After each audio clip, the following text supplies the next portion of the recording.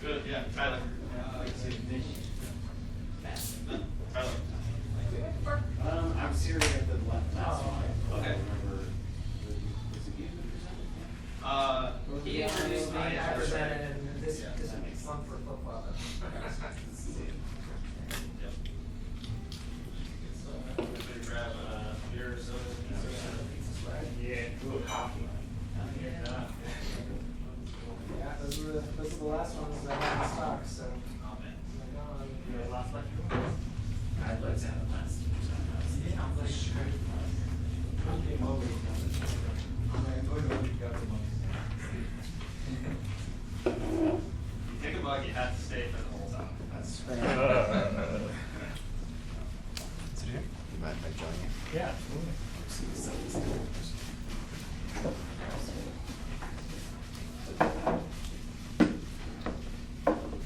Yeah, so I don't understand what the hell they were doing before, but now it's like, as soon as you put it out, it doesn't matter what was there before, the older review or anything, it was figured out. So you're giving them changes, you're just using the old script for me? Just, no, both, everything. So like, because we have all these different municipalities that are single installations, each with, you know, some version in there, depending on when they were installed and where it touched that. So now it's just like, it's one problem solved. Now I have to do it for Cassandra. It's like, Yeah. Yeah, about 3 people is enough. I mean, the amount of stuff we're getting done around the very much.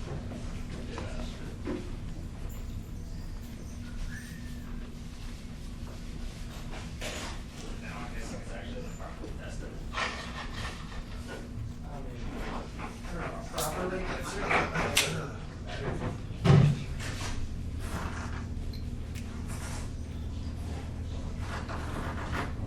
Hey, Jason. Pretty good, how are you? Yeah.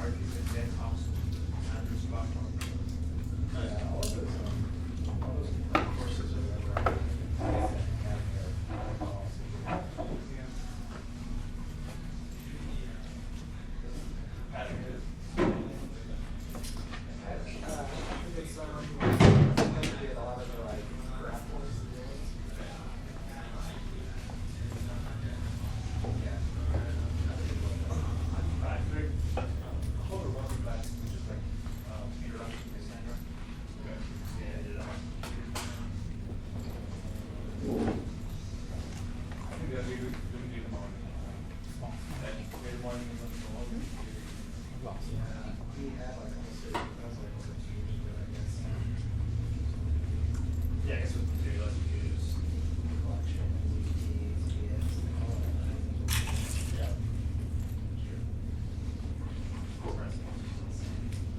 Sure.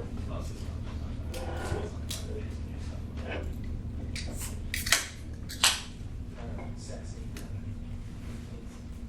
Update requires Yeah. Well, it's kind of like you for it's like it's more for more operators. And then some slightly more efficient or probably more yeah, I mean, so once you're on the replica, the index lookup, compression code, it's a lot more efficient than creating a separate index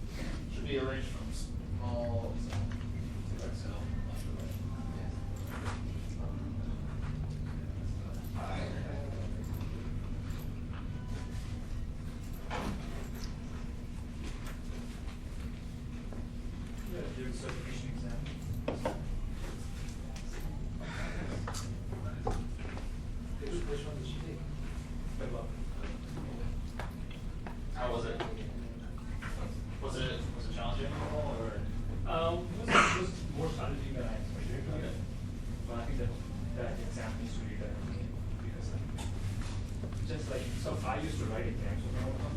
Okay. So I have to spend another year being a song writer. Yeah. So the assumption is not right. This main should be shoot. This is shoot. This is main. This is billboard. Okay. And if we got using this, where's multiple choice? And then what's the huge difference? Yeah, be precise. Yeah. But overall, I think it's moderate. Okay. All right. Yeah. No, that's good. I know that a couple of years ago we had like a first version of it that was like really easy. It was really easy, so I think it's a little more challenging. I haven't taken it, so yeah. So what Not certified. You also pretty expensive. Yeah, we're gonna say. Lots of stuff. Right now I'm working on starting the architecture of stage adventure and the architecture of motion driven event-driven sort of single thread per request sort of model.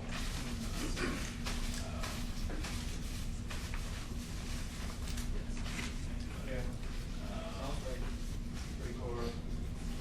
Yeah, yeah. I mean, I'm working on a lot of different stuff, but working on CQL and interaction with the drivers. Great. Actually, for that, so over here. For a couple of drivers. I have a range of For Cassandra. Yeah, I mean, what do you think they use? I mean, it's mostly Java and a lot of our code is Python. It's actually good, pretty simple. I mean, like, Cassandra build is just on command. So it's really nice. Are you guys? It's fast and it's simple and it works. And, Yeah, we sponsored the. we got some in-house tools for automatically creating clusters, front tests. Yeah, a lot of our tooling is Python, so all that stuff is Python. Pretty much anything that doesn't have to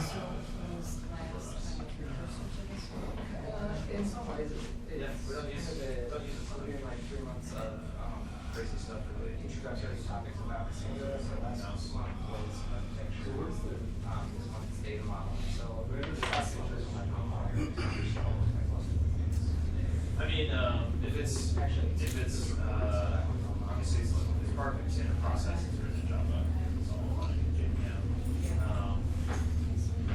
Most of the tools that you use JMX somewhere around there, or need to reuse standard classes.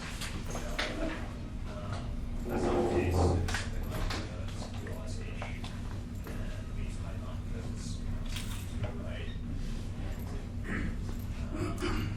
Doing something like SQL station that's code for parsing the grammar, not a completion of options. And that would be a really big pain in the ass of Java, so Yeah. it's a lot easier in Python. Yeah, tests are really much more concise in Python than Java. So for the distributed test where it's actually spinning up things over a small cluster.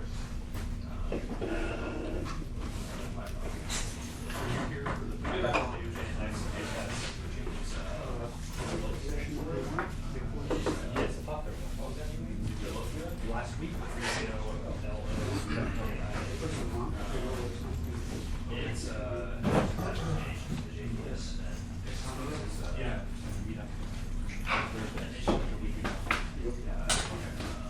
Yeah, I didn't know if they covered this material already. Wrapper as well. Use JMX to Python. So,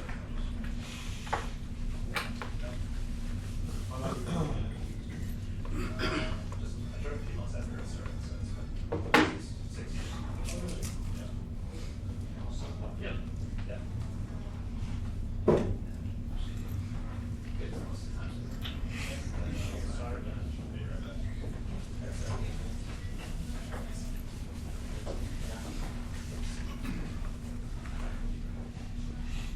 Did the talk started around 7 days, so.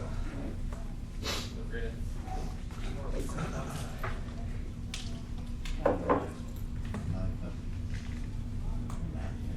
What was last week's talk? Someone picked it up. No, so, I didn't read that. July Yeah. So last year, I did One time, architecture. Actually, I haven't had architecture.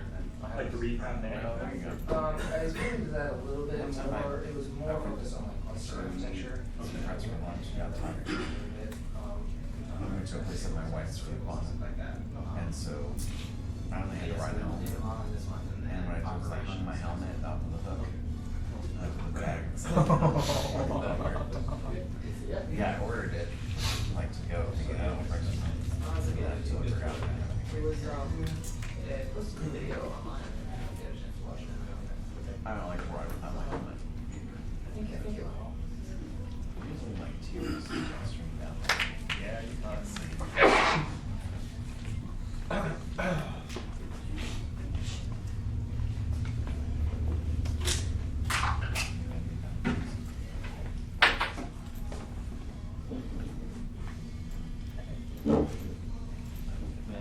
Yes, please.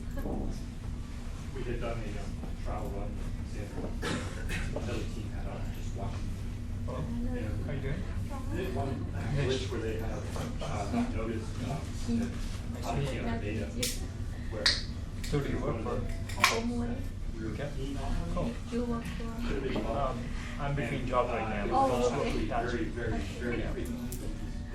What do you do for a living? I'm a database engineer. Right. Do you work in domain office? Yes, I'm Ready to fall over. What's going on? And What's it? PD. it was one of the keys that we had because we had to look up by this thing. Sometimes we doesn't exist environment. Who do you work for? It was a log table, so that kind of put my track of what people were doing. Baffle? What do you do? So that one glitch. That Yeah. keeps maybe we should look at we should be looking at another time. Oh, no, we have to slow down, slow down. So we use JavaScript for room. Try it out. Yes, The wheels are turning in. my company makes an encryption for the person. For the JavaScript, the way we generate keys. What does company do? I wish. Databases. What's it like time opportunity? They don't sponsor. What is it, beta? Encrypted data? So we do no fluff, because it's cheap and you're not. Your data at rest. No fluff, just stuff. Data at rest. It's a conference, they have several locations, there's a Dallas, Austin, Virginia, a few outside the state too. But they basically have a bunch of authors and people who do tours all the time from various companies. They just, Have you the idea is that they don't have anyone who's trying to sell you something, about half. but of course they're trying to sell you. So, they don't quite get it. It's pretty darn close. Oh, your neighbor? Yeah, yeah, exactly. They're not Oracle trying to pitch $1 billion. Database, or Java? There's lots of things. Oh. So with that, Whatever was required. what the nominal value? I think he left. Yeah, and these were just Oh, events yeah. coming through, and some events did not participate in that or not. So it's just there were a variety So how of was types of it? events That's it. coming through, and some of them had this value. Yeah, I was consulting. In Austin. Yeah. It's easy to overlook. You My really company got to was put called on the House, data yeah. pretty heavily and get the lesson learned. That's what.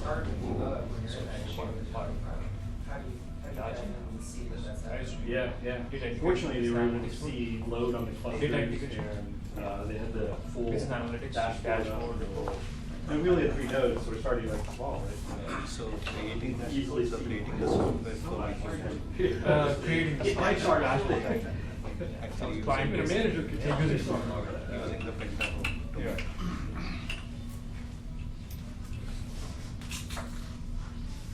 So how old is the company? Which you work for? 1 year. How long you been working? What were you using for, Cool. did they have just an incremental, modeling thing, for your primary key? For your Oh, no, I don't think so. Again, when it was in Oracle, it was not a primary key. We just had indexes on the asserted thing. So there is this Cassandra Index the Summer. heck out of it. Right, yeah. It was a kind of a wide table with a bunch of Yeah, that'll be very very small good. key columns and it was sparse. Who would you use for your Are you be going for the summit? Booth or something? Cassandra will, so what we did is we do an analysis first of our Yeah, database, those to see previous talks. what was the code actually querying, so it's very matter how you write it, right? So, yeah, exactly, so maybe I should know. I wish. But yeah, so we went through our code and said, Oh, yeah. like, oh, this. So you can Spark see needs last these year's two thing data that we values used. by this one, by this one. Yeah. I think I found 4 or 5 use cases. Start building those tables. There's some conferences they charge. So one of them just happened to be Free use case videos where we of looked at data values. So it's for Spark conference as well. Spark conference. At least we have the data ahead of time. Do they have any conferences? Yeah. They have, well, there are a few which happens yearly. One is data day text. Oh, Data text. Yeah, Yeah, that was very good event. Like, tickets are very affordable, very good speakers, you know, but like worth the money. We're pretty risk averse. A one-off thing, but We're still getting off Java 7, I think. Scala meetup, Yeah. since last week or a couple of years ago, the presentation was about Spark. All right. Yeah. Progress. And level 106, Java worked before that, it seems really like approachable. So you saw the presentation? Yeah, it was pretty good.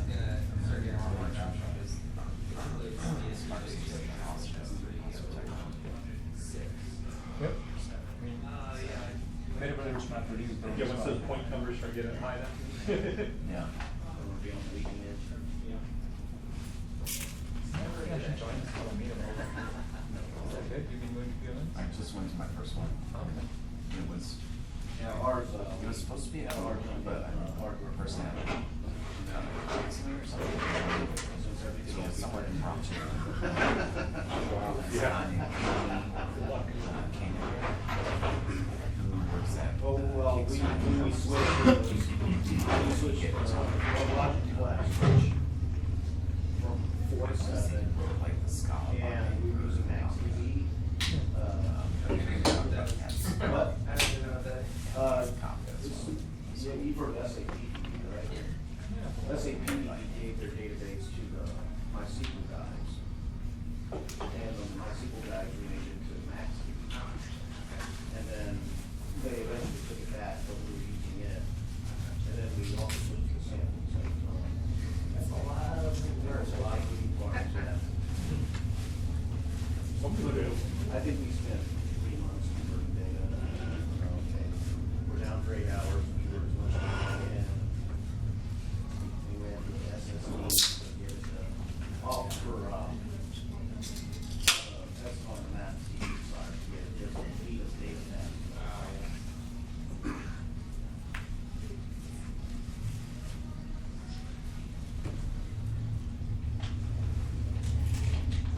But yeah, the reason they named it Max DB is the guy who, has, that guy's name, that's Mexico. I'm sure I've read Yes. this. Yeah, he has 3 kids, they're mine, Max, and Maria. That's where he worked. I did not know that that was Yeah. the origin for it. Wow.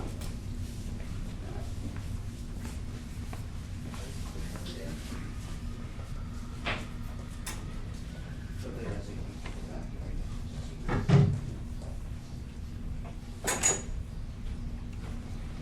Peter went to sleep. Not sure. Music? No, it's like it's not actually my laptop. It's not my laptop, but my computers aren't great for projectors.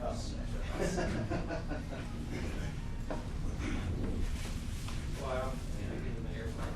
No. So. We experimented for a short time.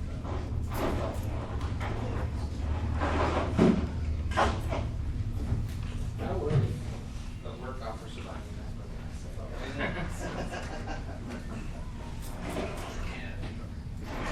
That's just frustrating. I just take it, I agree, but. No, it's like Android design. Do you run a Linux distro on your Mac? Do you what? Do you run a Linux distro on a Mac? this is good. I mean, the hardware is all shit compared to. I mean, it's nice because you can get like 16 gigs of RAM for really cheap, but the build quality, the power supply is like. Like using an Asus, right? Yeah. Yeah. It's like, but I don't really carry it around too much. Just sits on my desk. So it doesn't do that much.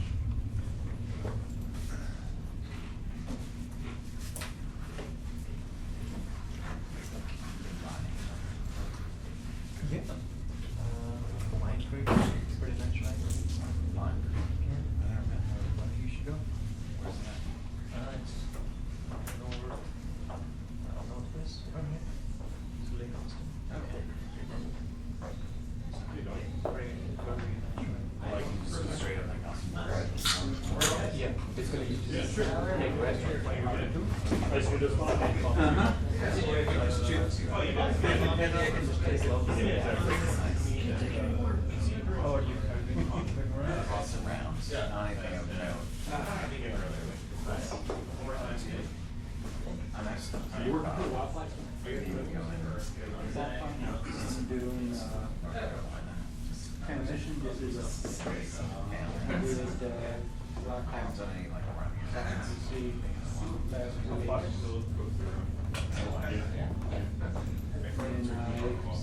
And just from the idea of cucumber Yeah, probably 3 for, as everything. It's about that time. Well, I've done it kind of, it's like, I had this story to run. Yeah. Have bits and pieces, but it didn't save all the results, I gotta run, export the file. Do it on Sounds like a zero, sound. so story evidence, and I could need these so we're kind of transitioning into it, but tech collab. Yeah. That seems a good way to list. But not automate. Oh, I thought it also checks. Well, this is ongoing.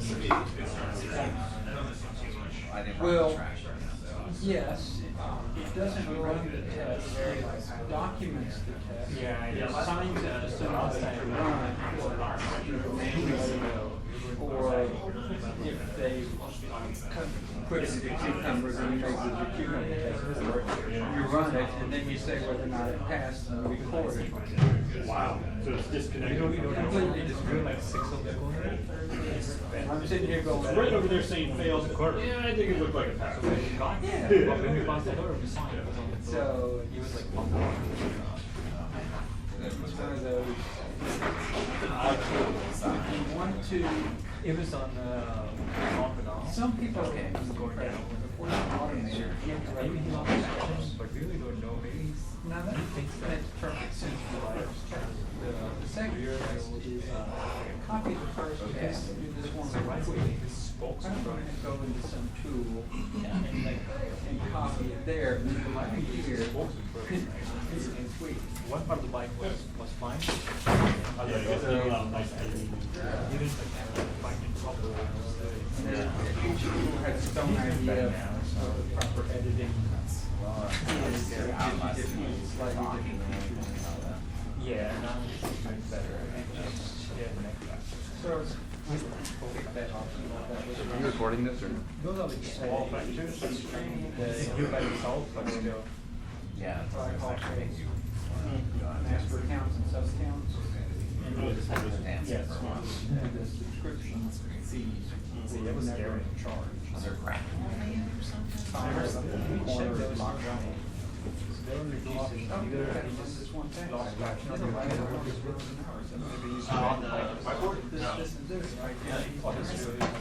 So we tried that and it's got something And wrong. he is going to be It the started start when one. it ran to 30. Yeah, I mean, Let's process at least 2 records plus a couple of 20,000 other records. So, figure out After it did that, for all. The introductory, yeah. That was awesome. Yay.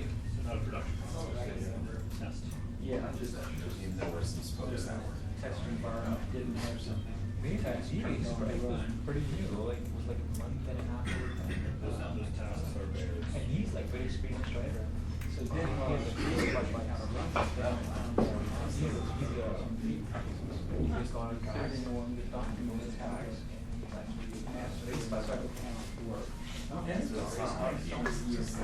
So I say I added it could be used, maybe it's pushing the limits and who knows.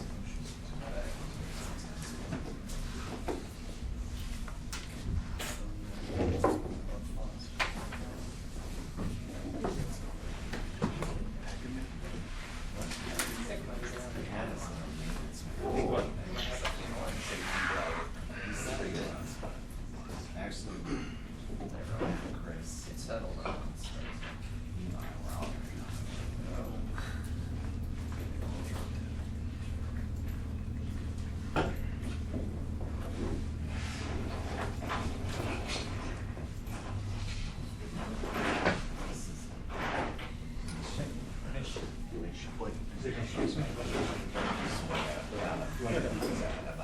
Yeah, I'm thinking about, what do you possibly write in this one at a time? Like this is some DevOps stuff, some Go, yeah. Mainly. Yeah, it's what. There's lots of places. There's lots of them. Yeah, I don't know, so all that is when I was trying to build My friend. I was just like,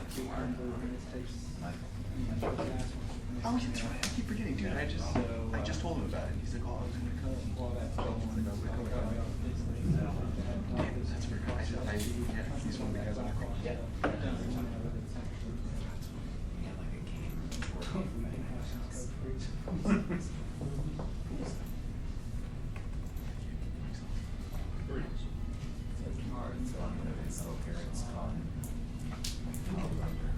I swear to God. Cool. How's everybody doing? Good. Awesome. So if you haven't met me or recognize me from Meetup, I'm Nick. Welcome to Cassandra Austin Meetup Group. Can I get a quick show of hands of who was here last month? All right, so it scared most of you off. So yeah, if obviously you can see that this month's talk is on data modeling. If you weren't already aware, we're calling it Cassandra Summer School, but we're doing 3 months of kind of introductory topics. So keeping everything high level, very beginner friendly, because there's a lot of new people to the group and new people to Cassandra. So last month was on architecture, so Cassandra's cluster architecture and node architecture. That talk is actually, it was streamed and recorded, so it's on YouTube. If you go to the Meetup page for last month's talk, there's a link to it if you want to check that out if you didn't have a chance, or if you weren't here. Other things, the summit is coming up, Cassandra Summit, our yearly giant conference. That's September 7th through 9th in Santa Clara. There's little cards back there with info and a discount code if you guys are interested. I highly recommend it if you're using Cassandra and want to meet other people doing it and network, or if you're new to Cassandra and want to learn just a crap load of information. That's great. Besides that, feel free to grab as many t-shirts and eat as much pizza and drink as much beer and soda as you want, so I don't have to carry it home. Yeah, and we'll have Tyler get started. Thank you. Right. So my name's Tyler. I work at DataStax. I'm a Cassandra committer, and I'm on the Cassandra Project Management Committee. I really dislike PowerPoint slides, so if you've seen any of my recent talks, you already know that, but I'm using this weird kind of contraption here instead, which has worked out well in the past, so hopefully you guys like it. So Cassandra data modeling is probably the thing that people get wrong the most when they start out with Cassandra. It's definitely one of the trickiest areas. one of the things that kind of trips people up is that sometimes it looks like a relational database, but it doesn't behave like one. So some of the assumptions that you have built in from dealing with relational databases don't carry over. They can kind of actively harm your data modeling attempts with Cassandra. So this is a good one to, good talk to come to if you're getting started with Cassandra and hoping to get things right. So it's kind of important to talk about, keep in mind, what Cassandra is designed for. It's really built with the focus on low latency, high throughput queries. So lots of very small, fast queries. It's not really designed at all for complex analytical queries or any sort of ad hoc exploratory querying. It's just not good at those things. As an example, Cassandra doesn't support joins. Actually, let me take a step back. So Cassandra actively discourages you from doing things that it's not good at. The query language is based on SQL, but it's a subset of SQL that's essentially what Cassandra can support efficiently. Can you see that? I don't know how I turn that thing on. There we go. So, for example, one of the things that it does not support are joins, because in a distributed database, if you're looking at doing joins, let's see here, you're going to be sending out queries to basically every node in the cluster, pulling a ton of data back, filtering and combining all of that data. It gets really expensive in a distributed database. So distributed joins are not something that you want to be using on a regular basis. And so Cassandra doesn't make any effort to support joins for that reason. So what Cassandra kind of really encourages you to do is to think about all of the queries that you need to be able to support efficiently, and you sort of have to actively pre-plan how you're going to support those queries. So it does take more thought up front about how you're going to do things with Cassandra, but once you spend that time and plan out the correct data model, you'll reap the benefits in having something that performs very well and scales very nicely when you add nodes to the cluster. And by the way, if you'll have any questions, feel free to ask in the middle of the talk. That's totally cool. So before we dive in, just to make sure everybody's on the same page, the basics of the Cassandra schema. By far, the most important part of the schema is the primary key. And the first column of the primary key is what's called the partitioning key. And that basically decides or determines where the row lives in the cluster, what nodes are replicas for that row. So the way that happens is that, say when you insert a row, Cassandra basically looks at the ID column, runs it through a hash, and gets out a 64-bit number. And that 64-bit number maps to somewhere on the token ring, which kind of goes from let's see here, 0 all the way around to 2 to the 64. And so a number like this might map, say, right there on the token ring.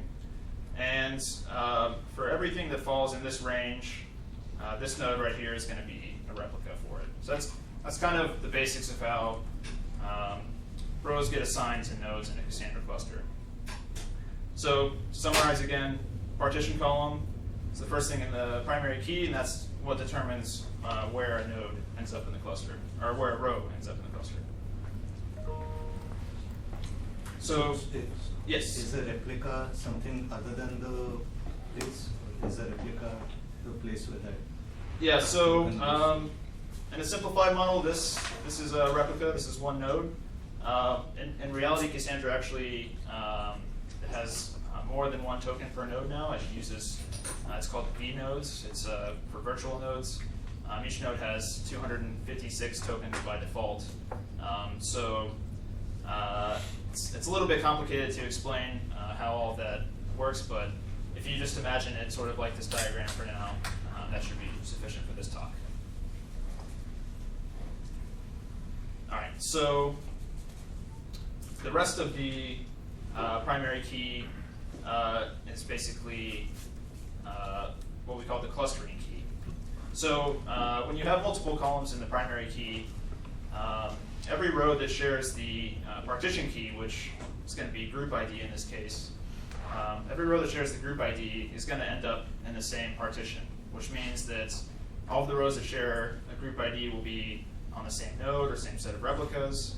And within that partition, the rows are going to be sorted by the clustering key, or the user ID in this case.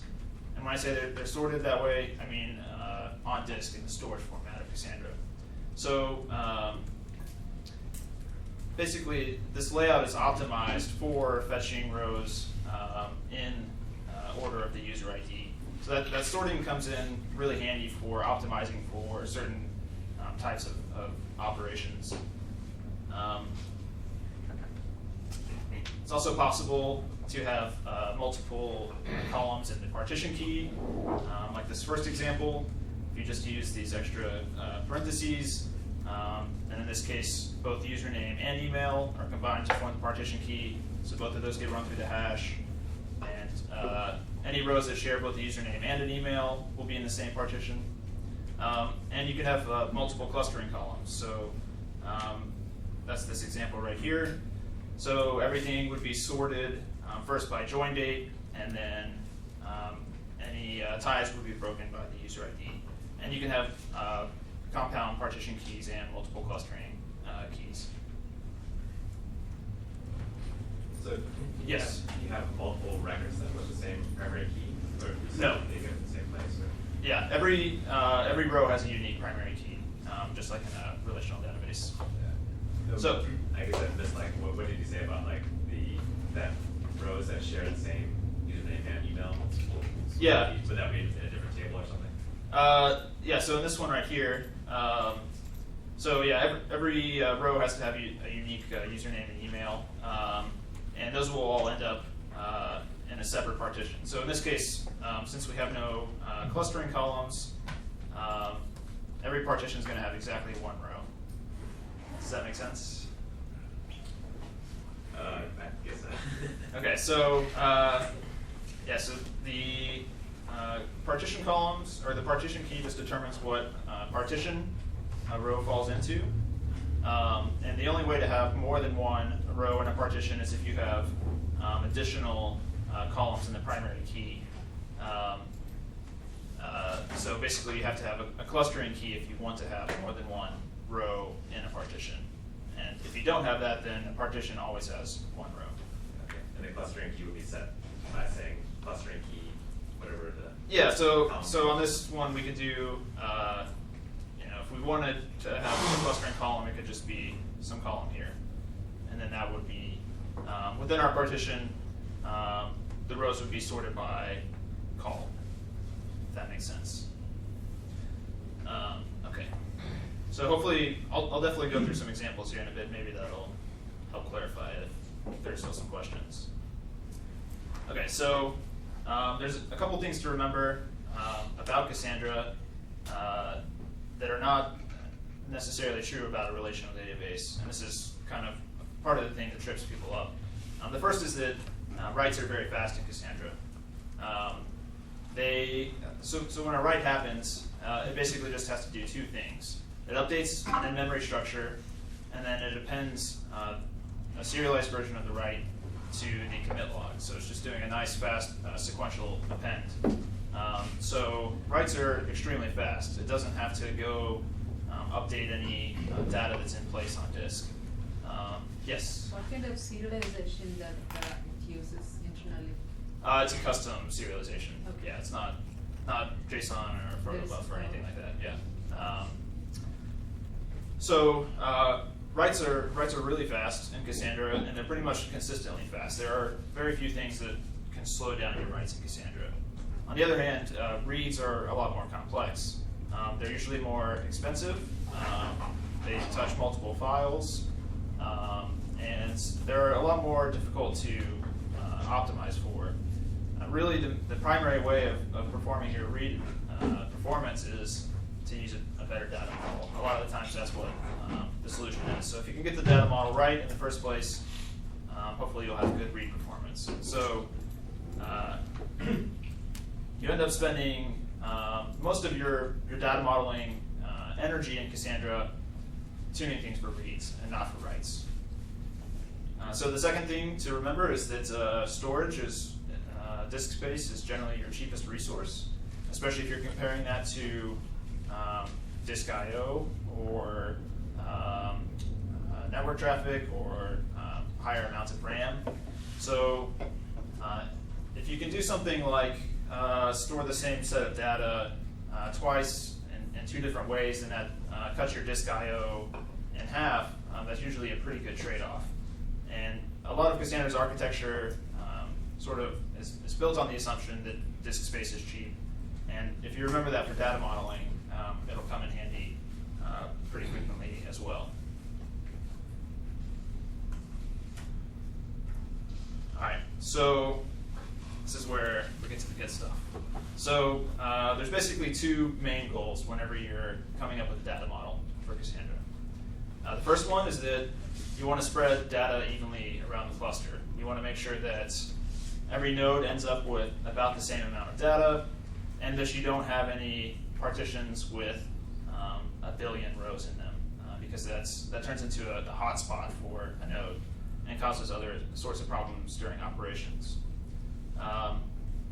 The way that you spread data evenly around the cluster is basically to pick a good partition key, right? Because that's what determines where a row falls. The second high-level goal is that you want to minimize the number of partitions that you read to satisfy any sort of business level or application level query. So, for example, if you need to answer a question like, who are the 10 newest users for the application, you want that to read as few partitions in Cassandra as possible to answer that question, ideally one partition. So the reason why that's so important is it's very expensive to read a partition. So say this is the coordinator node. It's organizing a certain read operation. If you read multiple partitions, it needs to send out a separate request for every partition. So it needs to build this request, send it out of the network, wait for a response, merge that data back into its response to the client. So all that extra work is sort of expensive. So if the coordinator can only send out one request, or if it can just answer the request itself, this ends up being a lot more efficient. The other thing is that even within a single node, partitions the way that they're stored on disk, they're not going to be contiguous if you fetch multiple partitions. So for every partition that you fetch, Cassandra has to do some lookups of its internal indexes, do additional reads from disk, maybe have page faults, all that kind of stuff. So there are lots of extra costs that come into reading more than one partition. So basically, it's very important to keep that number of partitions that you read low. Yeah, Jason. So if you're minimizing the number of partitions total, but do you have a preference on whether they're on the same node or on different nodes? Sounds like you're saying that you want on different nodes, so you don't have to seek multiple partitions on the same node. You can do it in parallel across multiple nodes. Yeah, so I would say if you have a choice between reading multiple partitions from one node or from multiple nodes, then you would want to read them from one node generally. But usually you don't have control over the placement of partitions because Cassandra uses by default the random partitioner with Murmur 3 partitioner, so you have no control over which nodes end up being replicas for partitions. You don't control that placement. Unless you know the shape of your data, you can use a different partitioner, I guess. Yes, but I will not talk about Okay. other partitions today, unless we have a lot of time left over. All right, is everybody good on these two things? Okay, cool. The way that you actually accomplish this minimizing the number of partitions that you read is to essentially go through the queries that you want to support and kind of pre-build the answers into a partition or a small number of partitions. So this definitely requires planning up front. And this also typically requires that you store data in multiple different redundant formats. So you might have one table that's optimized for a certain type of query, and a second table that contains the same data but with a different schema that's optimized for a different type of query.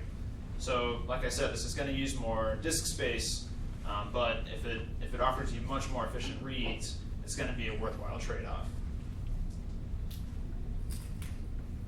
All right, so we've got an example here.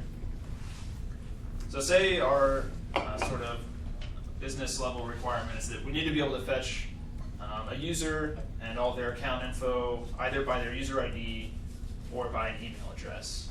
I've got a pretty straightforward users table here. It's got a user ID as the primary key. So this is pretty easy for supporting a lookup by the ID. As far as looking up by the email goes, what you would normally do in a relational database is just throw an index on that column and be pretty much good to go. For reasons that I will cover later, indexes don't really work that way in Cassandra. That's not really a viable option. So one thing you might be tempted to do to kind of work around that is to make another table that looks something like this. Create users by email, create a table users by email where you put email as the primary key. So there you can query that to look up the user ID, and then you can fetch from the original table. So in terms of our two goals that I talked about earlier, this does a pretty good job of spreading data evenly around the cluster.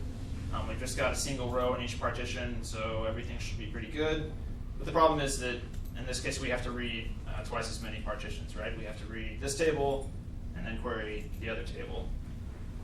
So that's going to be approximately twice as expensive as going with something like this, users by email with the full account info in it. So in this case we have both tables, users by ID with the full account info and users by email with the full account info. So this makes for very fast reads in either way. We are storing twice the amount of data, and we're doing double the number of writes. But if you're doing a lot of reads of these tables, it's going to be a worthwhile trade-off. Question? Yes? So here, just to review what you just said. Sure.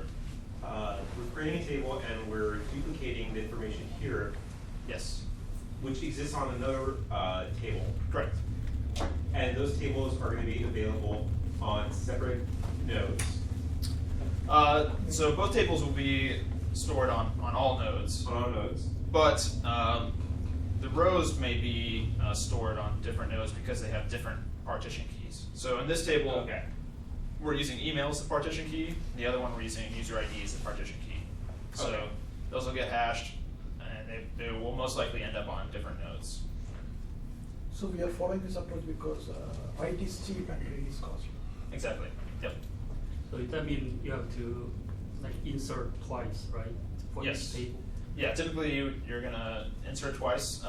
We'll talk about one kind of easier way to do this in a little bit, but what you would usually do, the Cassandra drivers are all very good at doing asynchronous operations. So you would typically start two asynchronous writes to both of the tables, and then just wait simultaneously for both of them to complete. So the latency should be similar to doing one write operation. Yes. So, I'm new to this, but Sure. do you worry about them being synchronized, the two tables? Are you worried about updates and deletes? Yeah. So definitely consistency between the two tables is one thing that you have to be worried about. And something I'm going to talk about materialized views later, which are actually part of the reason for them being designed is to help address that problem. But yeah, that's definitely a legitimate concern. So normally you don't expect to update the data, or? Sorry, what do you mean? Like, updates will be difficult, right? So yeah, you have to update more than one table, is what, yes, basically. So the other thing is to also, you have to weigh the relative frequency of how frequently you're doing updates versus reads, right? So if it's something like account info, it's probably going to get updated on average 0 times or maybe once a year. So the performance of that, you basically don't care about, right? As long as it works somehow, it's good enough. But reads, you might be doing these types of reads 1,000 times a second, and so the performance is much more critical for the reads. So Yes. once you decide to duplicate things, Yeah. and if you decide again and again and again, will you have 8 duplicates, or does every time you make such a Yeah. So decision double the number of tables? So usually a good rule of thumb is that for every type of query that you need to support efficiently and that you plan on running frequently, it's usually going to require a table that's specifically designed for that. That's pretty common. That does lead to some kind of combinatorial explosions in some cases. So there are some other tools for dealing with high-dimensional lookups, but that's a little bit more of an advanced topic, so I won't go too much into that. Maybe we can talk about that towards the end if we have some time. Sorry, go ahead. So if you had 10 queries, you're saying you would not need more than 10 tables? Yeah, normally you would have 10 tables. You would make 10. Yeah, exactly. Is there a general principle around if you have the choice between, I don't know, making a composite or compound key and spawning another table? Mm-hmm. Is it generally better to just add another table? That depends. So if the access patterns are very different, then sometimes it's a good idea to split the tables out so that your caching is more effective. And you can also fine-tune things like compaction settings on the tables or other parameters. If they end up being very similar, then sometimes it does make sense to just use one table. That saves a little bit of overhead because for every table, Cassandra does have some overhead in terms of memory and all of that. This is like the use cases you have a thingy that has a unique identifier and an ad hoc set of properties, and you would want to use the name of a property and the timestamp so that you could always not only find the latest for the value of that property, but also like chart it back in time, so you'd want to be able to sort by the timestamp. Yes, I'm not 100% sure that I follow you, but well, I can follow you later. Okay. All right. Yeah. Back to the keeping 2 tables in sync that are essentially the same data, just keyed differently. Yeah. Are log batches not recommended to do that? They are, yeah. So Cassandra has something called a logged batch, where it essentially helps deal with the problem of the coordinator dying in mid-request. So before the coordinator sends out the requests, it writes them to a different set of nodes in something called a batch log, so that if it dies, it can replay both requests. So that gives you a little bit of a stronger guarantee about multiple operations that are going to different tables, actually both completing eventually. It's not 100% rock solid, but it's a much better guarantee. So yeah, generally you would want to use a log batch for that. All right, any other questions on this example? You don't have materialized views, right? Yes. I'll get to you. Okay. So, a slightly more complicated example. So say we want to fetch all of the members of a group. Does anybody have an idea about a schema that might work well for that type of query?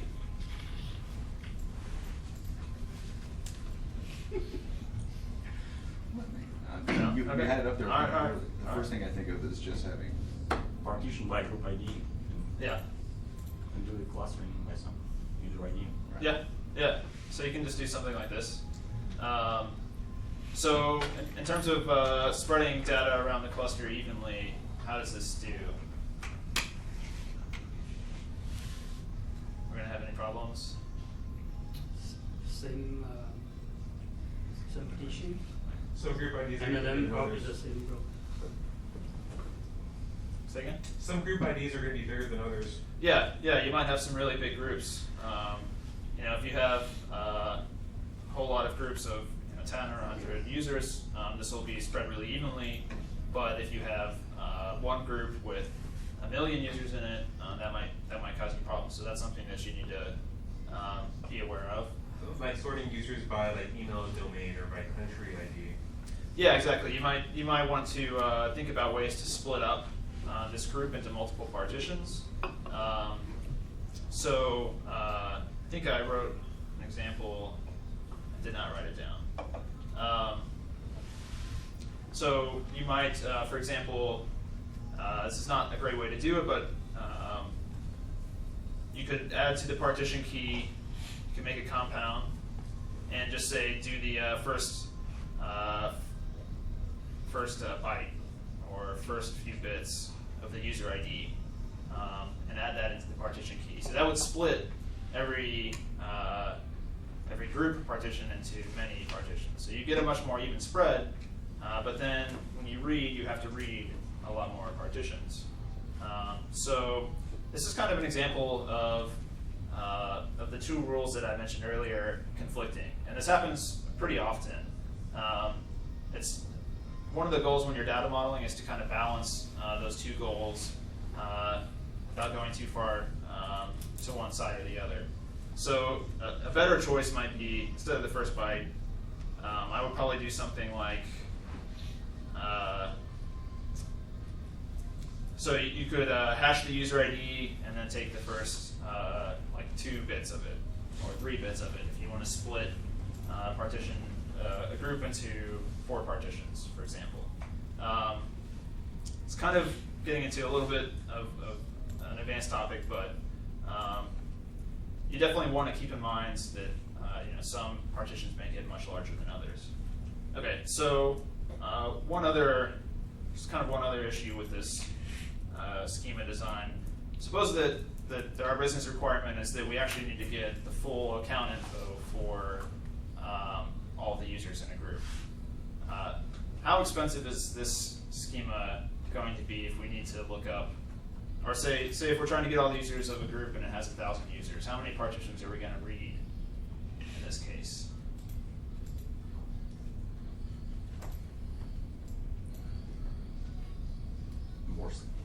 Worst case, 1,000, yeah. You have to read 1,000 or 1,001. Once you read this group and then 1,000 lookups on the user table.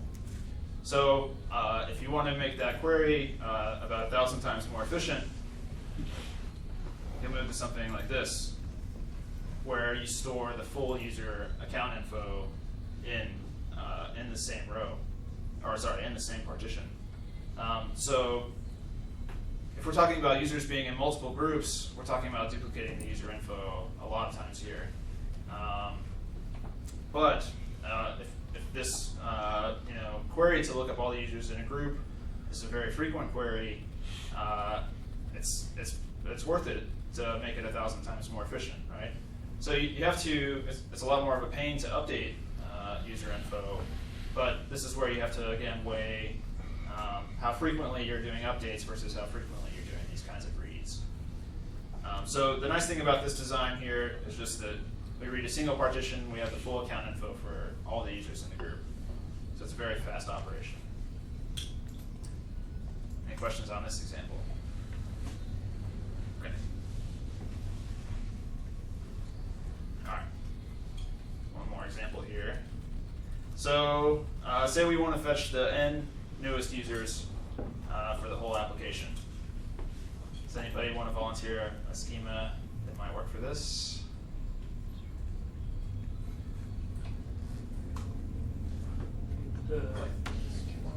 For the time as the cluster index.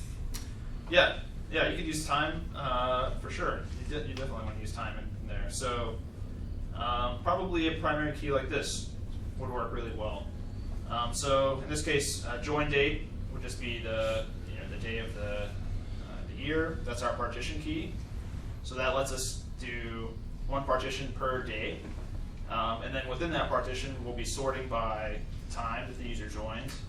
And then we can just have user ID, and if we need all of the user account info, that can be in there in that table as well. So this does a pretty good job of spreading the data around the cluster. There is a little bit of a problem with it causing a hotspot for whatever node happens to be the replica for the current day, right? Because you're always only writing to a single partition, and you're most likely reading from a single partition. So you do have to be aware that this might put more strain on one node at a time. So you might use smaller time slices to break that up more.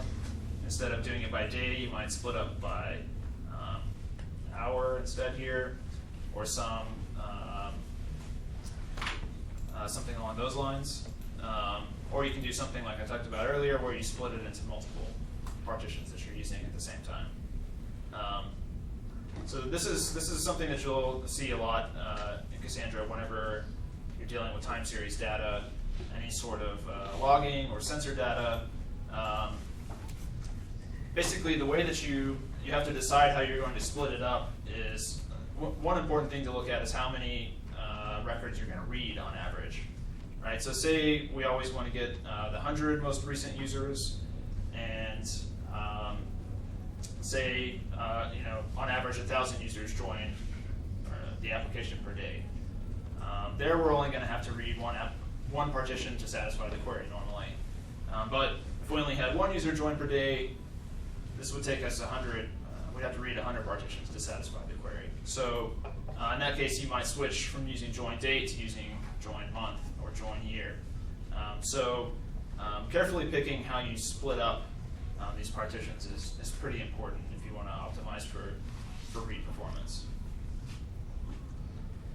If you had instead of a separate date and time, if you just had like a join timestamp, then that would create all each one would be a different partition or something, right? Yeah, exactly. So if we just if this column just was not there at all, then and join time was the partition key, then it would be one partition per user. Also, if your data pattern changes over time, you have to migrate to. Yeah. It's unfortunately true. Yeah, if you start getting 100 times more users, then you have to look at changing how you split this up potentially. There are ways that you can make this more dynamic, but that's a little bit advanced as well. So I don't want to go too much into that. All right. Anything else? Okay, cool. All right. So Cassandra provides a few other things that are helpful for dealing with some of the problems that we talked about here. So materialized views are one of the biggest ones, and I'm going to talk about those some. So materialized views were added in 3.0, and they address a few problems. One is that it's kind of annoying to have to create all these tables manually and make sure that you update both tables atomically and you don't have consistency problems.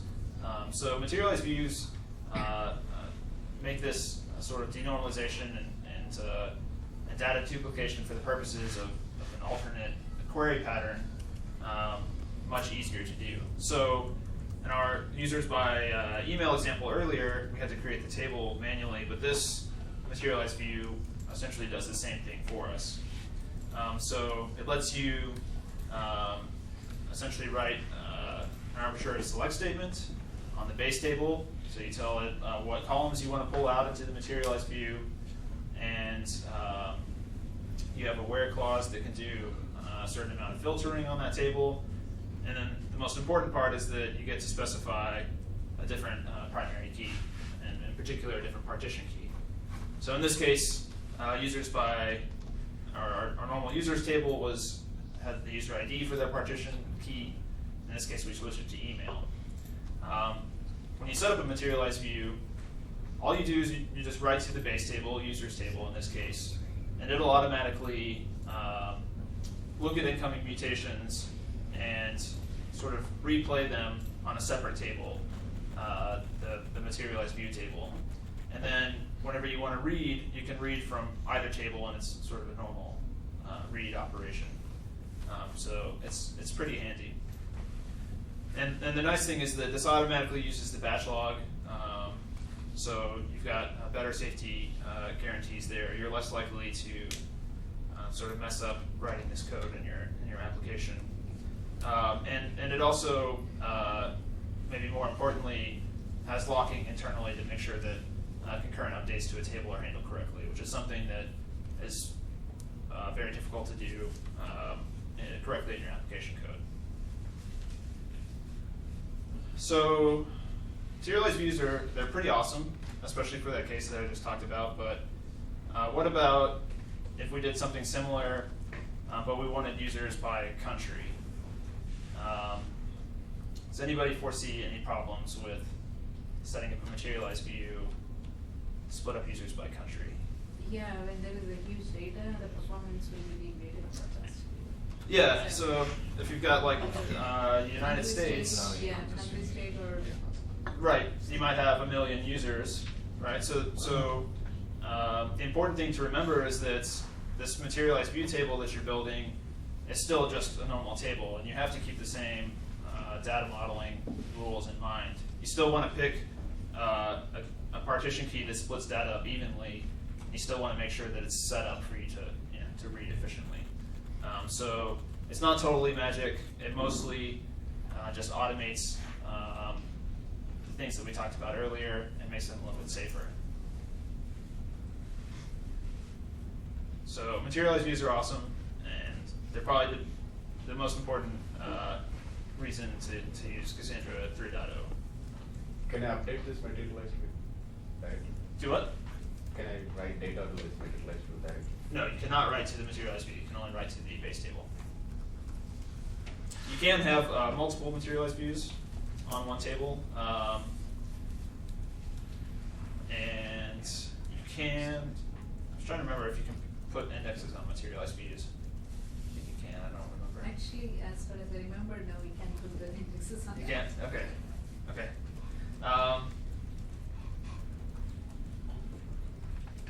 So at the start of the talk, I mentioned that indexes in Cassandra don't work the way that you would hope that they would, and that they're not really going to solve your problems. So let me explain how they really work. So imagine we've got an index on the email field, on our email column on our users table, and we want to look up a user where the ID matches Bob at gmail.com. So say this is our coordinator node down here. Actually, real quick. So the way that the index works is that every node indexes its local data, and it stores that index locally. So it only looks at the data that it has, it builds an index of that, and it really has no idea what data other nodes have, if that makes sense. So what the coordinator has to do in that case is it gets the query for Bob at Gmail, and it's going to start looking at every token range. So it's going to send out its first query and ask for any results that might match, and it gets a response back, and if it didn't find anything, it keeps going. And if our matching record is all the way over here, it's going to have to query every token range in the cluster until it finally gets around to the matching record, and then it can return a response. So this means that it's sending out requests to essentially every node in the cluster, sometimes multiple times, and as you can tell, it's going to be a very expensive scatter-gather operation. Recent Cassandra does issue these requests missing this thing here. It does issue a lot of these requests in parallel based on its estimate of how many it needs to execute. So it's at least a little bit faster now, but it's still just as expensive. And it's not something that you want to be running 1,000 times a second on your cluster, right? This kind of query can work well if it's just something that you're trying to support, a sysadmin looking up a user that's going to be run a couple times a day or whatever. It's just fine for that, but it's not something that's very performant. So basically, secondary indexes in Cassandra, they're a convenience feature, not a performance feature, for the most part. So if you only need to support looking up users by email to make your sysadmin happy so he can run the occasional query, you can go ahead and use an index for that and not bother creating a full second table. But for cases where performance matters, that's where you need to look at using materialized views or creating your own separate table. So yeah. You said some nodes are hit multiple times. Is that because it doesn't exhaust the index before it returns? Well, so technically that's because of vnodes. Oh, so okay. Yeah, each node could get 256 requests, which gets kind of expensive. Okay, so there is an upside to secondary indexes. That users by country example that kind of really sucked on materialized views actually turns out to work decently well with secondary indexes. So say we're looking up users by country again, and we want to get all the users in the US. The coordinator node, it'll send out a request to this right here, this first token range, but it might actually get 1,000 results back just from that token range. And the default page size is 5,000 rows, so it might only have to query a handful of these token ranges before it fills up a page in response to the client. And you can continue paging that query all the way until it's exhausted pretty efficiently. And the other nice thing is that we don't have to worry about having huge partitions here, right?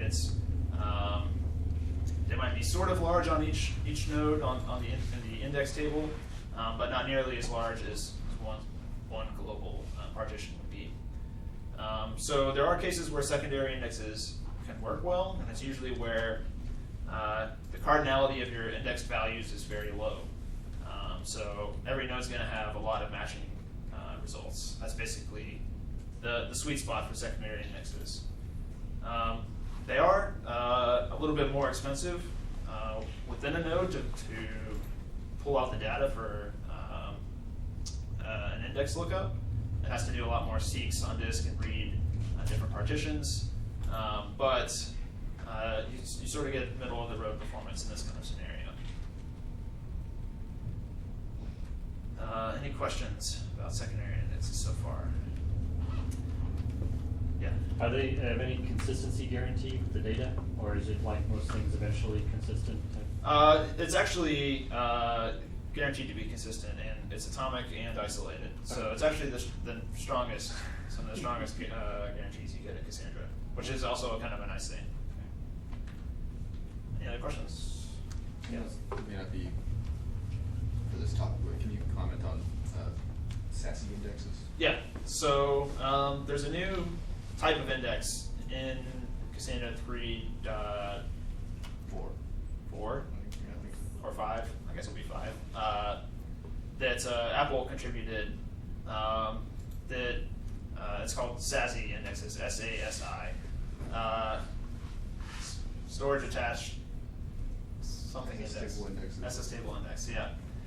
So the main things that changes is that it supports more operators. It supports greater than, less than, prefix queries like the like operator in MySQL. But one thing that it doesn't change is how the query still has to do this distributed scatter gather. So there's still that inefficiency there. But once it gets to a replica, the index lookup and pulling the data out of the SS tables is actually much more efficient. So what SASE indexes for something like users by country is actually going to be a pretty efficient query. So in really new versions of Cassandra, that's actually a pretty decent support for that query. Anything else? Secondary indexes. Okay.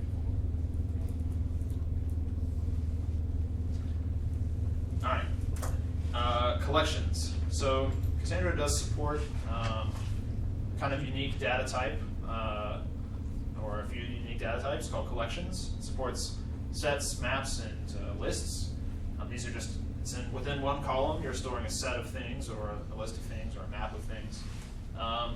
So these are kind of cool for a few cases, and they can save you They can save you from creating an extra table, doing one extra partition lookup.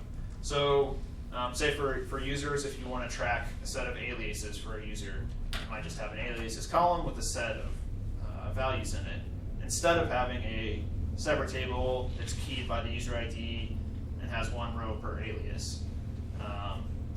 So this allows us to, if we're always going to fetch the aliases every time we fetch a user, this makes that more efficient. It saves us from creating another table. A lot of people see collections and they get really excited and they put everything in a collection. Maybe on the group example that I covered earlier, they might put all the users in a group in a set collection. That doesn't tend to work out very well. I recommend keeping collections or only using collections in cases where you'll have less than maybe 1,000 items in them. They're not designed to be massive. One of the reasons for that is that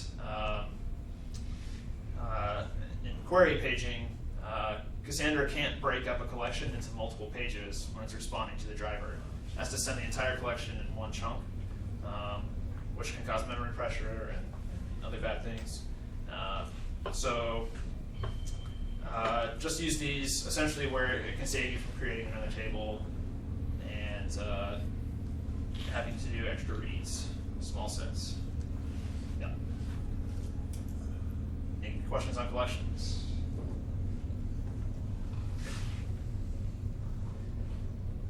So UUIDs, this is another data type that Cassandra supports really well. It's really handy. And the main use of UUIDs is it helps you to avoid doing read before write operations and or doing some sort of transaction to guarantee that you're not overwriting something. So say you're creating new users and every user needs a unique user ID. You'll just instead of in a relational database where you'll try and insert in a transaction and guarantee that that row doesn't exist yet, in Cassandra you'll just use a UUID. This also helps replace or helps you deal with the fact that Cassandra does not have auto-incrementing integers like a relational database. So in place of that, you'll normally just use a UUID, which is essentially guaranteed to be unique. The other nice thing is specifically the time UUID type, which kind of combines a timestamp and a UUID. So this data type is sorted by the timestamp component, but it has this UUID component as well to guarantee that it's unique. So a lot of times when you're inserting something like sensor data very rapidly, and normally you would use a timestamp in the primary key, instead you might use a time UUID so that you keep, it continues to be sorted by time, but you don't have to worry about timestamp collisions. So that comes in handy pretty often. Any questions on UUIDs? Yeah. What's the time resolution?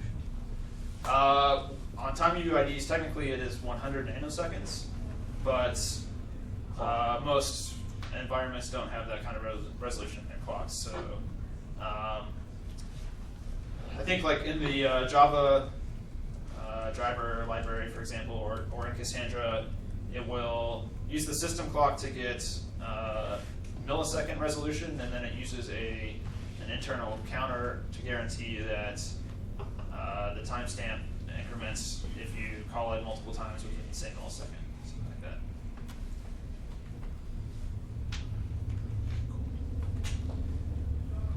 So there's one more thing that Cassandra supports that is really useful. It's got Paxos transactions, also called lightweight transactions in a lot of the documentation, or check and set operations.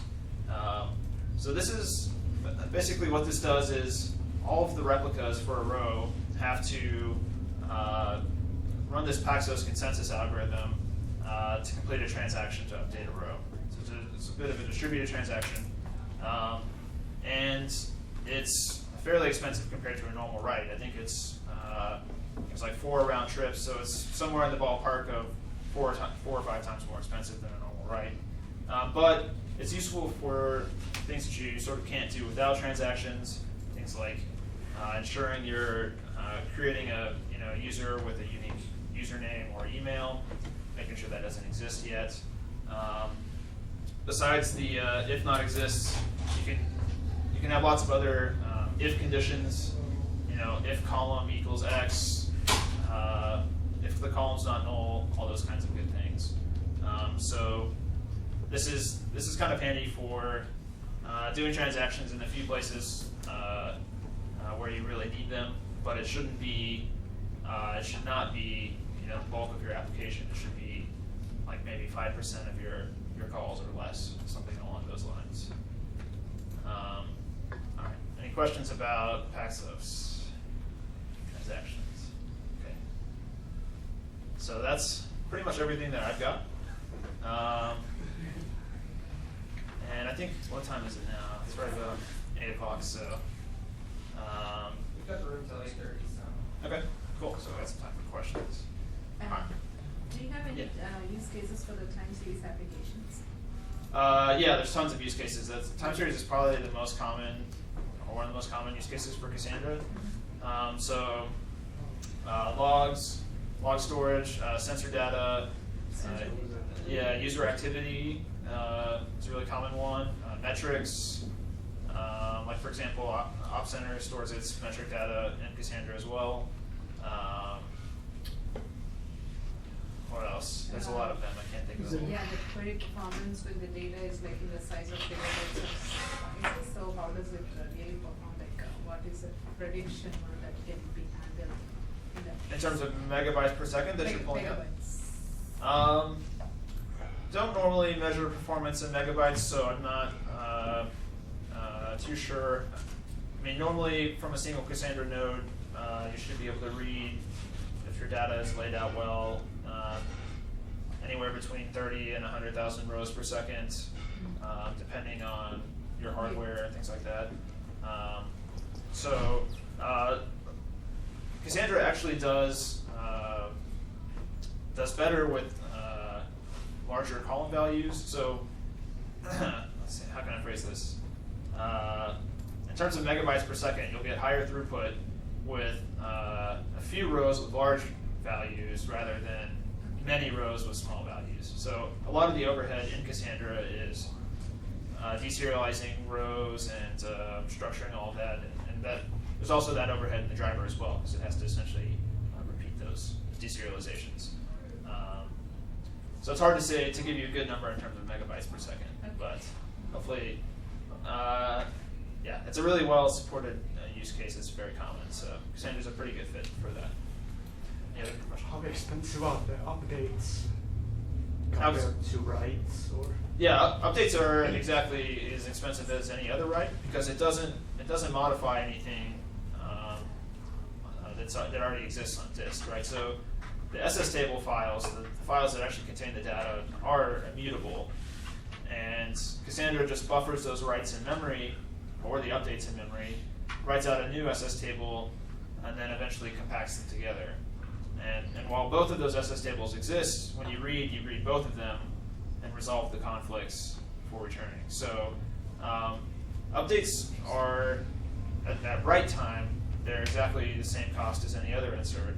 At read time, they may add some expense because you may need to read more than one SS table in order to get the current data for a row, and you may need to resolve some conflicts between multiple versions. But hopefully that answers your question. Okay, cool.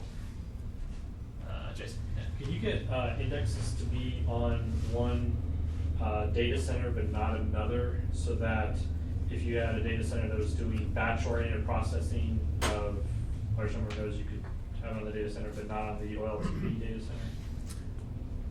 Only if you only make the base table exist in one data center.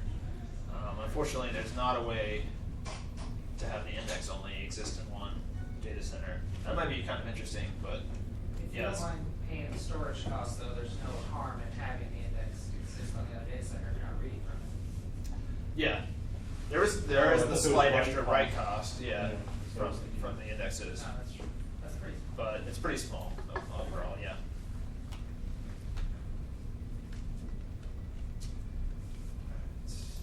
Any other questions? You mentioned we're going over the time series model with, I think you're getting at more like dynamic bucket sizing. Yeah. As opposed to using just year, month, day for the partition key. Yeah. I know it's kind of a big topic, but. Yeah, so essentially what you would do, let me see if I can go back to that pretty quickly here.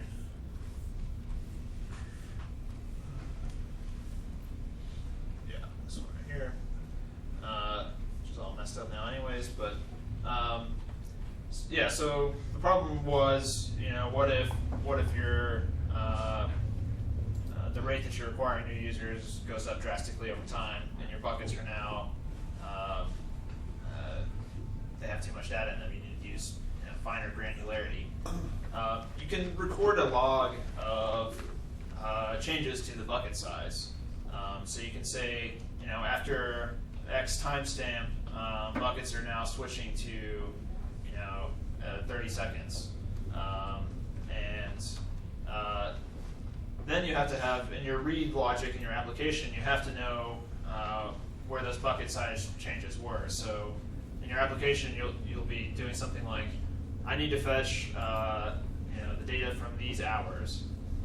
You need to determine what buckets span, or what buckets that time range spans. So you'd have to look at the record, and based on that record, figure out what set of buckets you need to read, and of course you need to coordinate your writes as well, so that you switch over to writing at the new buckets at the right time. So there's definitely some prep work that goes into that, but it can be done. So metadata on the actual time series itself. Yeah, exactly. Stored. Exactly. Yep.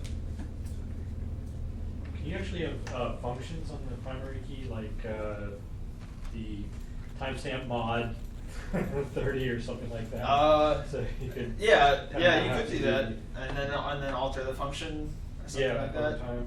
Yeah, that's an interesting idea. I hadn't thought about that. I guess you could do that. So Cassandra has user-defined functions where you can essentially write arbitrary code in a function, and you could come up with something that, given a timestamp, gives you back a bucket, which you can use for your partition key. And that way, if you want to switch over to a new bucket size, you could just alter the function instead of updating all of your applications.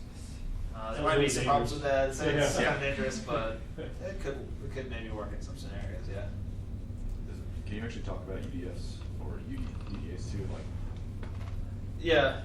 So on top of the user-defined functions, there's also user-defined aggregates. So these are things like, instead of doing a count or average or sum, you can write sort of any arbitrary aggregation function that you want to. Those are, I'd say that they are approximately as fast as selecting out the data that you would be aggregating.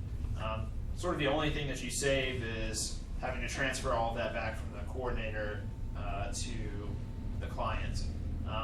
One of the issues is that the coordinator still has to pull back all of the data from the replicas before it can run the aggregation function. This is for consistency reasons. If the aggregation function was run on the replicas, then you sort of wouldn't know if data was inconsistent when it got back to the coordinator. So the coordinator still has to pull in all the data, then it runs the aggregation function, sends the aggregated result back to the client. So you save some network traffic there at the end, and some work on the driver deserializing things, but it's not significantly faster than just pulling all the data back yourself and doing a client side. So what's a situation where you would prefer to do an aggregate or even that UDF idea that's actually kind of cool, scary, but. Yeah, I mean, I think it's the same, the same reason why it can be easier to write it in terms of an aggregate instead of, updating a bunch of application code to support it. So from a performance standpoint, maybe if your client is in a different data center than the Cassandra cluster or something like that, that might make sense. Expensive network. Yeah, network is expensive, but there usually aren't a lot of performance reasons to do aggregates, I think. Yes? About blob storage. Yeah, so just storing large files or images or whatever. Cassandra does okay with individual column values that are up to maybe about 10 megs. And above that, if you want to store blobs in Cassandra, you need to look at chunking that up into multiple rows.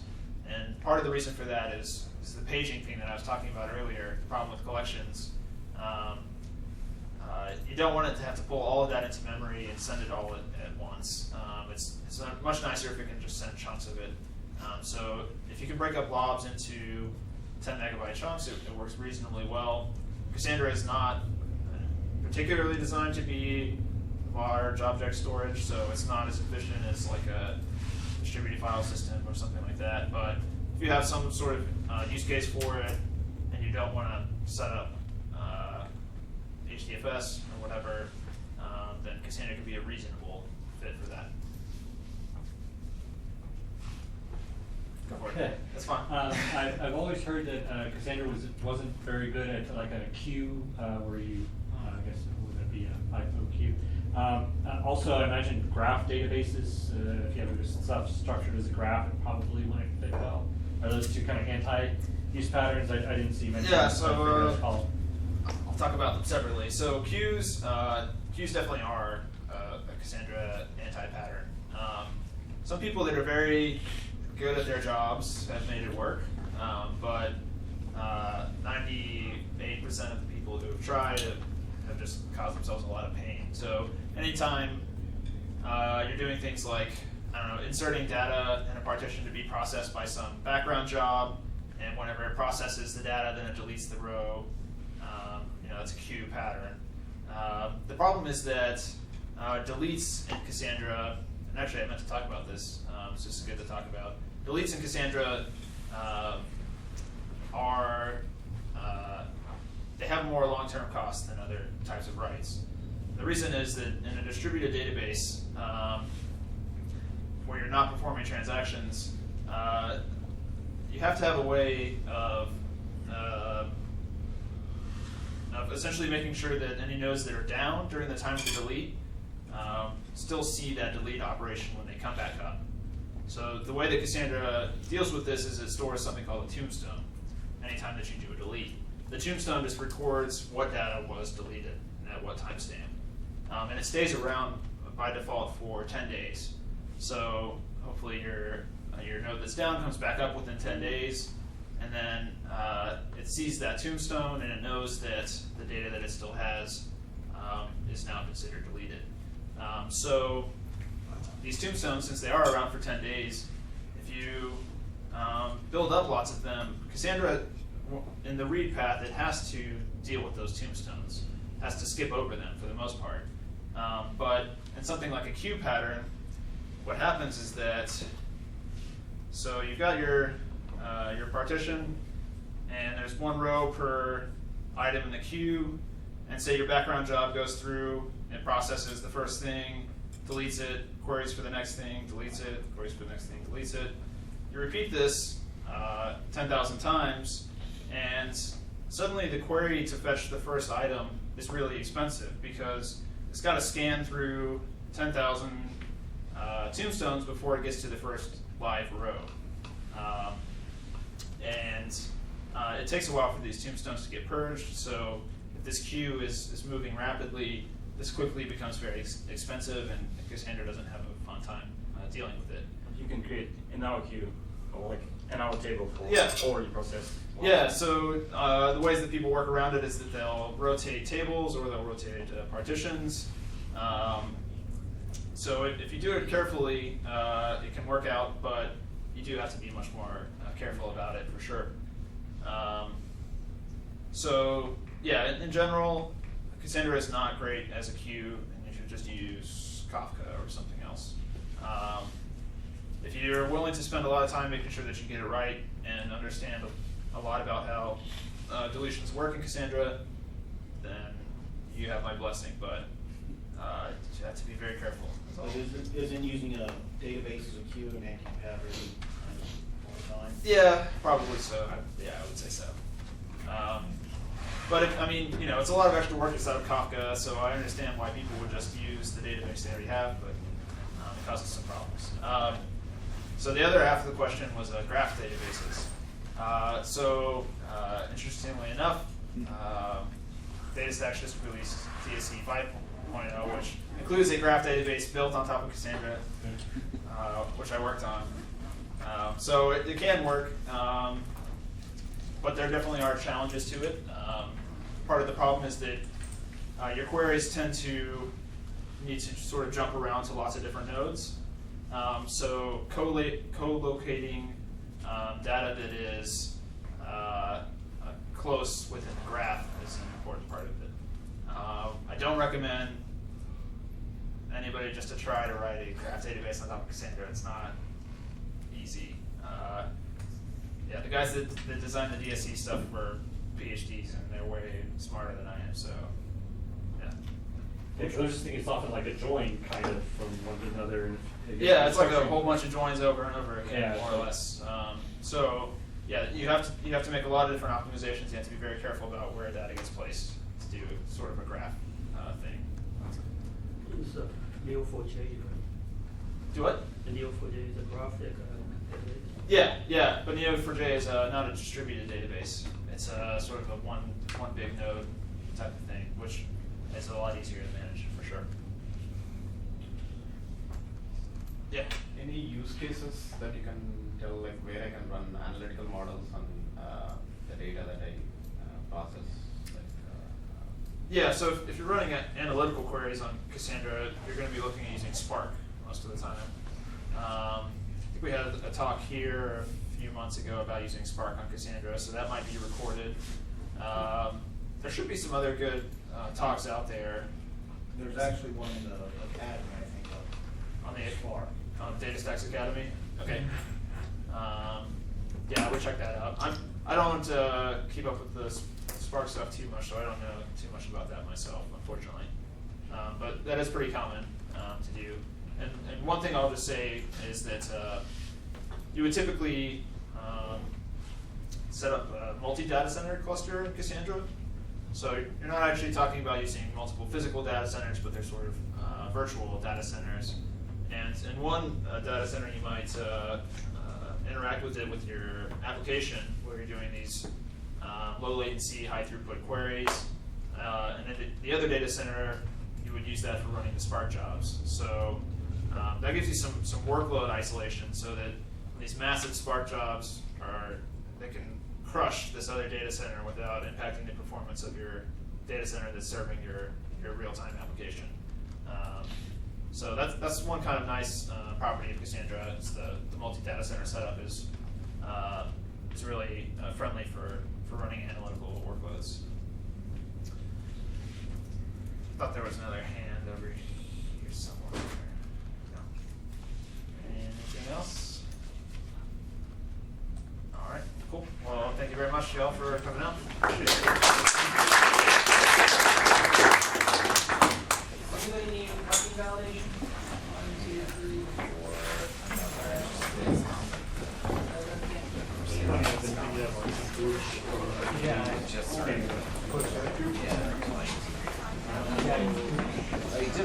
the current?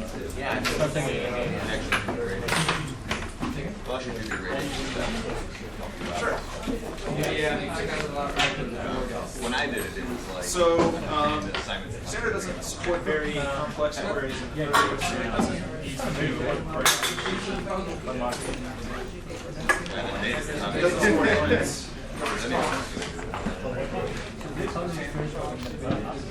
I like it. Yeah, I just. Sometimes with a job. So we talked a little bit about supporting insurance Google got back to me. so that you're not doing a multi-node. It hasn't gotten a lot of attention. Yeah, I imagine it will happen at some point, but it's not. I applied for like 3 weeks. She's kind of. Yeah, other than that, Too much load. I guess complex parts are about. Yeah, Zach and Chris, his position was like, holy shit, like we need a Cassandra. There is a little bit of logic if you have multiple indexes about which index to use. He's a nice guy, but he's like. But it's not super sophisticated. It basically just picks one index that it expects to have the lowest number. No, yeah, I mean. I also. Yeah. I put my application in Wednesday night, they called me Thursday morning. As far as I know, After interviewing. Not really. Yeah, no. like we did, like basically what happened was like they're redoing the product. I don't know how much I can tell you. They're using Cassandra. Yeah, so it's But they could basically the way that it was set up, it's kind of They weird. did all this work like leading up to. So what Cassandra has Can we just use now Dynamo is or essentially equivalent. because it's not. Yeah. Number 1, 2, it sucks. And 3, it's like Yeah. I don't know if Yeah, so on Thrift it was like, bad that are you familiar with the Thrift schema like at all, it maybe or- doesn't shoot that way. Okay, so they don't look like a SQL table, it's something different. So you just have a key, and then everything else in a partition is a set of cells. That use case that I mentioned. There's a name and a value. Which was driving towards. He wants to have Yeah. Ad hoc. You can have as many of these as you want, Still can't do 2 that. billion of them. Names. And you define a default type for the value. You define the type for the name. And this could be letters or text or whatever. And then you can also specifically say, you can define some name type pairs. So you can say like, if I have any cells with the name You make another table. food, my type is going to be integer. Otherwise, it's going to be ASCII or something like that. So you still define the schema, but And also just make sort sure of that you, if it's time series, make sure you partition it. That's why. So, Like, in your case, you have really predictable every day. And if it doesn't come in that day, maybe it's gonna all batch out the day before. So you're gonna count for that. My question is, how do you do that where you have days that are like say we have user signups, right, is the example, like you have 100 signups a day, hopefully give it. Yeah, so- That's fine. So 2,000, you're like, okay, that's cool, but if you have a day yeah, that's like I mean, so 100,000. typically you would use some Querying that one day will be some type of serialization format that includes type information. Especially, see, here's the thing that's really shitty. I think Fathom Avro is they does just that. If you defaulted the to Avro searching 5,000 arbitrarily large It rows. serializes type Each information collection alongside the data. And so there was no So your guarantee output for how would be large log. the set So you as far as had. Cassandra is concerned, So they it's would just default log. 5,000 rows But every time you fetched a page up forward. whenever you pull So it every back time out, they would go on the through, client side or they were whatever, fetching you 5,000 gigantic. Sense with arbitrary numbers. It is. If it's something that you need, 5,000 like is real. I mean, yeah, it is. Cassandra It's like. know the types of. I mean, but reasonably, if you're writing several thousand times, Or maybe use it's something not like such a collection for a lot of type. That's hard to do. When your data is Common fields. known Common and fields fixed and use columns, them as not like a Yeah. math or a collection type that is unbounded. And when I showed Daniel that right before he fucking Yeah. he's like, oh, that's weird, I've never seen that before. I'm like, you didn't actually look at what the hell you were doing. Yeah. Just kept appending to a collection. That would be a pretty or reasonable a map. I don't know how well Spark deals with JSON. List actually. I've seen that do a lot of Assuming things. it does okay with that, then that would be a It's reasonable. not They a didn't know big stuff. data, like a large data They set, didn't know a lot. JSON is okay, but if It's you're not like doing super large. standard JSON is not They good. learned it as Okay. You need No, I your wouldn't own, call myself service. Oh, okay. Should be much better than. Okay, okay. I have creative value. Yeah. By big data, you mean like So stuff I've seen there is petabytes like, to Yeah. gigabytes. They do Java. Even gigabytes. It's clear that they just like, oh, this is For a single JSON document or for all of them in aggregate? Correct. it's like Java Okay. with underscores. It's the same thing. It's Yeah, like Java. I don't know too much about Is it. this a monad? That's what it means. Like with the terabytes of structured data. Name sounds. Oh, I got handed off from Chris. That's what happened. So Chris, I think he's friends with the team. So Chris was working for That's how it works. The data engineer position is that's like a really like weird seems like the description of it, a lot of various technology. I don't know what that looks like. But yeah, I mean it's probably because that team is not in Austin in its entirety. So when they send something out, a bunch of people have to review it. And then if they schedule an interview right now, they have to organize, you know. Don't panic. Right. So like we have people, most of the people are sitting.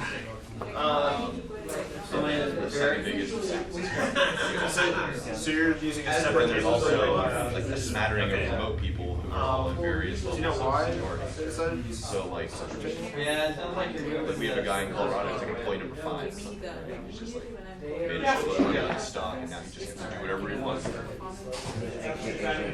Dude, there are some people who have made it. Yeah. Okay. And Like you're I worked with this. You're talking about querying all of the data for the entire year at once? Okay. And it's at $27 now. And he's just waiting. He's like, it's gonna go up.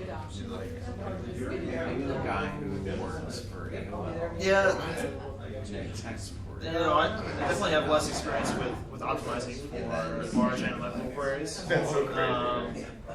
I'm kind of surprised that separate tables are faster for that. But yeah, they're do you know if you're just using size 2 compaction for the default? Yeah, I mean that should be reasonable. I'm kind of surprised how much data is it. When the recruiter sent to me, I was like, you know, Okay. the last production work I did. Yeah, I'm not sure. 2009.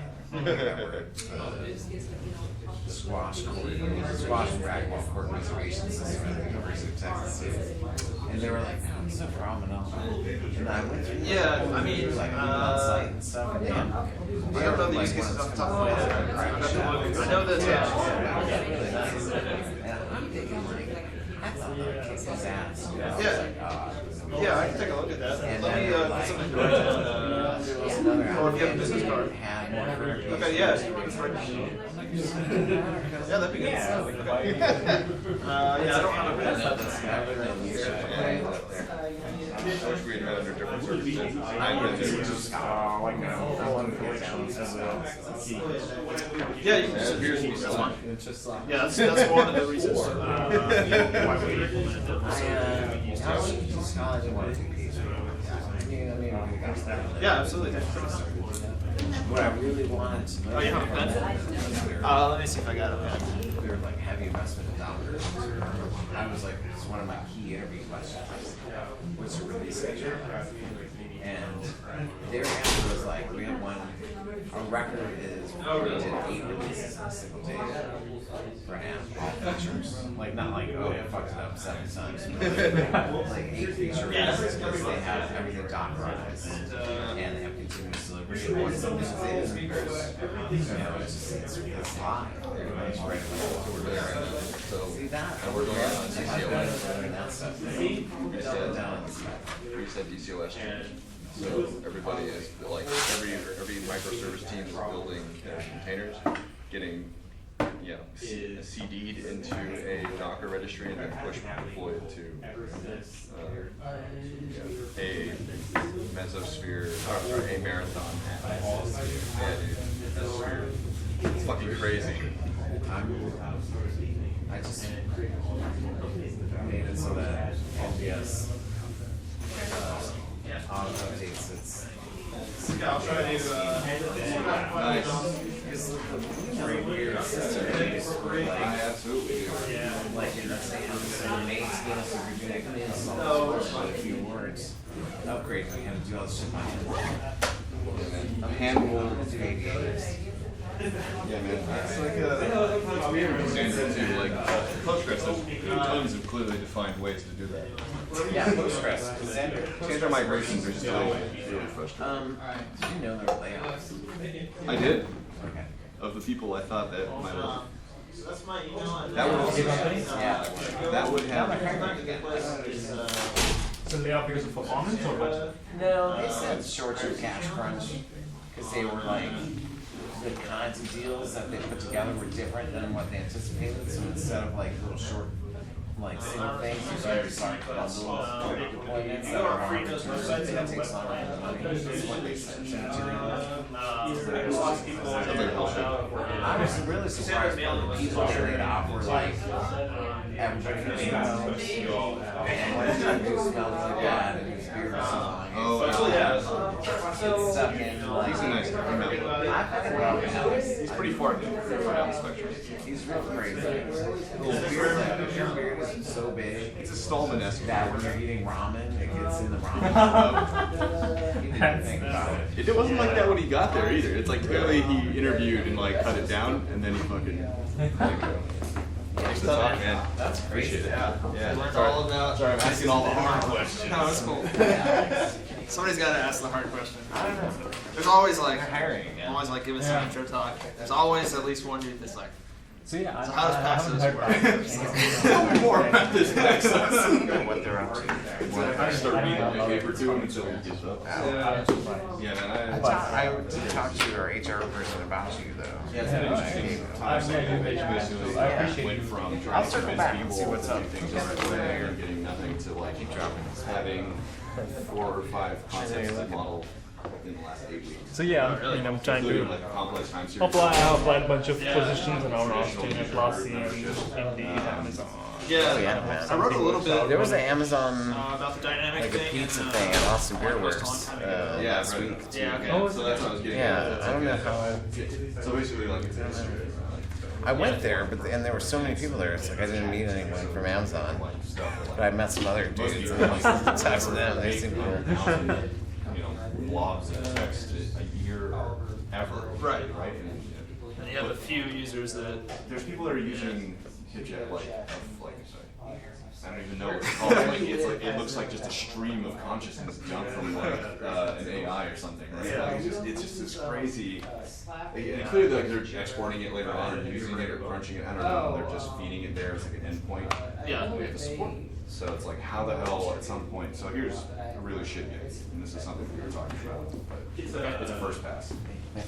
Oh yeah, thanks for coming out. See you later. Yeah, I gotta go to the Paul Troy show and punch people in the face. Okay. I bet Nick's going to that too. He's supposed to go. Tom's gonna do that. Yeah, so what's your current? So the current idea is to do, at least from a get-go, like, have controllable sizing per conversation. Okay. So the default is going to be something like 100,000. Yeah, we try and Okay. put ourselves on our 100,000 a month. our swag. Is that what you said? Yeah, I don't know, this is where I start to deviate. Thanks for the presentation. Yeah, absolutely. Thanks for coming out. Have a good day. You too. Yeah, actually, I'm saying out loud, the architect wants to do 100,000 messages. Actually, he wants to do more than that. Okay. He wants to do more than that, just for like a lifetime of most conversations. And then at some threshold, at the 100,000 mark threshold, start to roll those back into buckets. And I'm like, okay. Because the thing we normally do is like we support that scroll back, retrieve history thing, which is generally fine. Right. And as long as I don't know. I mean, it doesn't seem so bad right now. That's really why partition out that. I mean, 100,000. what's the average like entry size? You know, it's got to be like. Yeah, it's like it's not a protobuf thing, but it is like a JSON blob stuff in there. Okay. So really, the most space inefficient format you could pick, basically. I don't know. Nah, I won't. Yeah. Okay. So maybe. I mean, I can change it. It's up for grabs still. So like, Maybe like 512 bytes per message. yeah. Okay. So yeah, so you'd be looking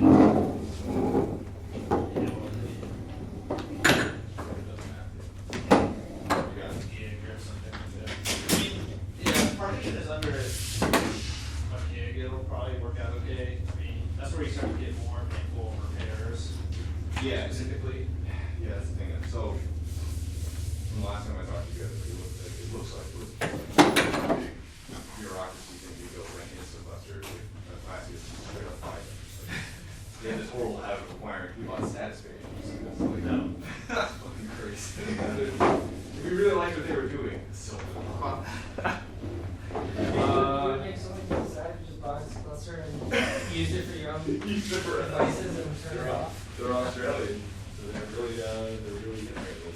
I mean, 100,000, yeah, I would probably go a little bit lower than that, depending on your actual average size messages. Yeah. So the edge cases are going to be really pointy. That's the thing. Yeah. Most people are not going to have that, and I doubt anyone's actually looking at the history. We just have to be able to export it at some point. Yeah. It'll Yeah. always be like, give me 100 messages since this time. Yeah. So, 100 messages before, right Yeah. before this time, right? Right. So like, and it always, yeah. So I'm assuming it'll be okay for a first pass. But yeah, we have. Unfortunately, temporary solutions have a terrible habit of becoming. Yeah. I mean, I don't know. I'll have to. I want to do the work to prove both in the edge case or to show both. well, so, yeah, I feel like it's probably a better idea just to bucket by default, and even if you just like bucket at some really large bucket size, like 1 month or. That's what I was thinking too. That was so that's what I need to prove, right? So either do it year month, or or even David probably $2 grand on it. Yeah. But then keep a log of doing.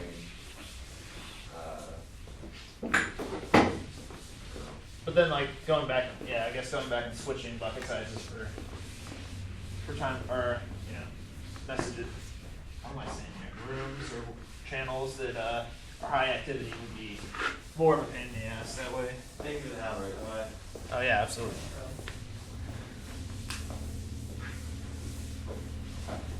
You gonna call it night, Nick? Or you gonna?